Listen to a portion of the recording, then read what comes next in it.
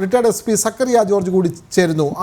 അങ്ങയോട് നേരത്തെ ചോദിച്ച ഒരു കാര്യം, ഈ പോലീസ് ഓഫീസർമാർക്കെതിരെ ഇത്തരത്തിലുള്ള ആക്ഷേപങ്ങൾ വരുമ്പോൾ സ്വാഭാവികമായും അവരെ ആ സ്ഥാനത്ത് നിന്ന് മാറ്റി നിർത്തിയിട്ടല്ലേ അന്വേഷണം നടത്തേണ്ടത്. ഒരാൾ ADGPയുടെ പദവിയിൽ ഒരാൾ ഇരിക്കുന്നു, ക്രമസമാധാന ചുമതലയിലുള്ള ഒരാൾ ആ പദവിയിൽ ഇരിക്കുമ്പോൾ എങ്ങനെ ഈ സ്വതന്ത്ര അന്വേഷണം നടക്കും?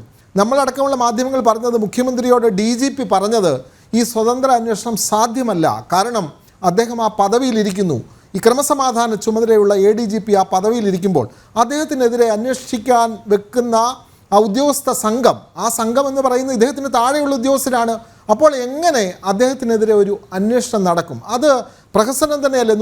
നേരത്തെ ചോദിച്ച ചോദ്യം തന്നെയാണ്. അങ്ങ് അതിൻ്റെ ഉത്തരം കൃത്യമായി ഒന്ന് നൽകണം എന്ന് ആഗ്രഹിക്കുന്നു. ആ പദവിയിൽ അദ്ദേഹം ഇരുന്നാൽ ഈ അന്വേഷണം സ്വതന്ത്രമായി നടക്കുമോ ശ്രീ സക്കറിയ ജോർജ്? ഇതിനകത്ത് പോലീസ് ഹെഡ്ക്വാർട്ടേഴ്സിലെ ഒരു ADGPയെ അദ്ദേഹത്തെ ഈ ആൻറ്റി കറപ്ഷൻ ഇൻ്റലിജൻസ് കളക്ഷനും ഒക്കെ ആയിട്ട് അവിടെ വെച്ചിട്ടുണ്ട്. അതിപ്പോൾ ഇരിക്കുന്നത് ശ്രീജിത്താണ്. അദ്ദേഹത്തിൻ്റെ പേരിൽ മൂവാറ്റുപുഴ വിജിലൻസ് കോടതി കേസുണ്ട്. അദ്ദേഹമാണ് കേരള പോലീസിലെ ഉദ്യോഗസ്ഥരുടെ പേരിലുള്ള അഴിമതി കാര്യങ്ങളെ പറ്റി വിവരങ്ങൾ ശേഖരിക്കേണ്ടത്. അദ്ദേഹം വിജിലൻസ് കേസ് ഫേസ് ചെയ്യുന്നു പറഞ്ഞാൽ ബിനാമി അക്കൗണ്ട്, അതായത് അഡ്വക്കേറ്റ് KM ഷാജഹാൻ പോയി വിജിലൻസ് കോടതി പോയി ഈ ബിനാമി അക്കൗണ്ട് അന്വേഷിക്കേണ്ടതെന്ന് പറഞ്ഞത് അന്വേഷിക്കാൻ ഉത്തരവിട്ട് അതിപ്പോൾ അന്വേഷണത്തിലുണ്ട്.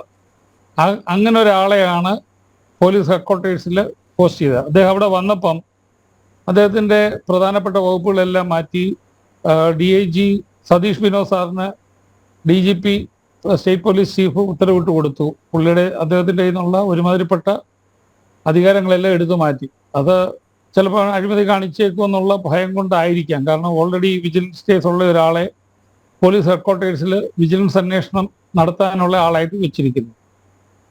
തിരിച്ച് അദ്ദേഹം ഇപ്പം പറയുന്നുണ്ട്, ഈ അസ്ത പറയുന്നു സാധാരണ ബാക്ക്ഗ്രൗണ്ട്. അതുപോലെ സാധാരണ ബാക്ക്ഗ്രൗണ്ടിൽ നിന്ന് വന്ന ഒത്തിരി പേര് പോലീസിലുണ്ട്.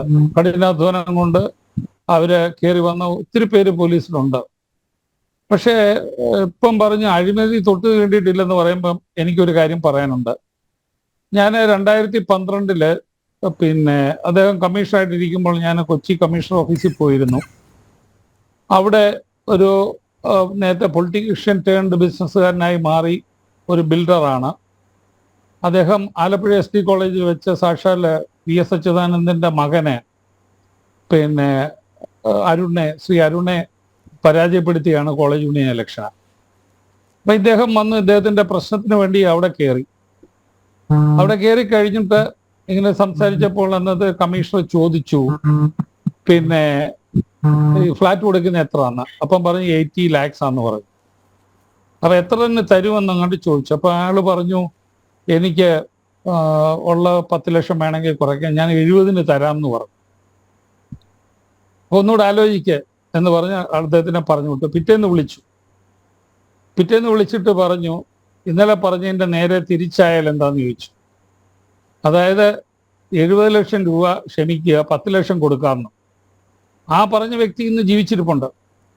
മാത്രമല്ല ഇത് സംബന്ധിച്ച് ഹൈക്കോടതി കേസ് ഇട്ടിട്ട് ഇദ്ദേഹം ആ കേസ് നോക്കരുതെന്നും പറഞ്ഞുകൊണ്ട് അസിസ്റ്റന്റ് കമ്മീഷണർക്ക് അന്വേഷണം കൊടുത്തു. അതിന് ഹൈക്കോടതി ഓർഡറുമായിരുന്നു. അതൊരു കാര്യം. അടുത്തത് നമുക്കെല്ലാവർക്കും അറിയാം, ശിവരാജൻ കമ്മീഷൻ റിപ്പോർട്ടിൽ എന്താണ് അദ്ദേഹത്തെ പറ്റി പറഞ്ഞിട്ടുള്ളത്.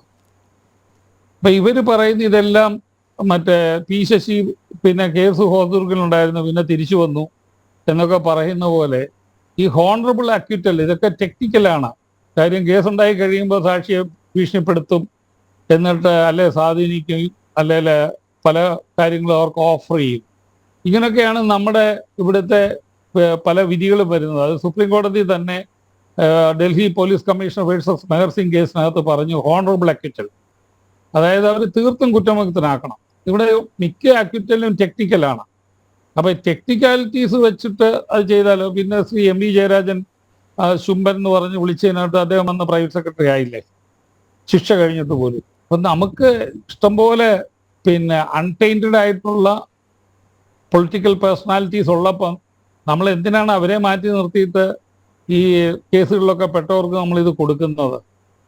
അതൊരു പ്രത്യേകതയാണ്. കാരണം എന്ന് പറഞ്ഞാൽ ഇത്തരത്തിലുള്ള ആൾക്കാർ പോലീസ് ഫോഴ്സിനെ ഡീമോറലൈസ് ചെയ്തുകൊണ്ട് പാർട്ടിക്ക് അനുകൂലമായ കാര്യങ്ങൾ ചെയ്യിപ്പിക്കും. അതെ, പാർട്ടിക്ക് അനുകൂലമായ ആളുകളെ പ്രധാനപ്പെട്ട കീ പോസ്റ്റുകളിൽ നിയമിക്കുക, അവർക്കെതിരെ പാർട്ടിക്കകത്ത് നിന്ന് തന്നെ ആക്ഷേപം വന്നാലും അവരെ മാറ്റാതെ ആ സ്ഥാനത്ത് തന്നെ ഇരുത്തിക്കൊണ്ട് പോവുക.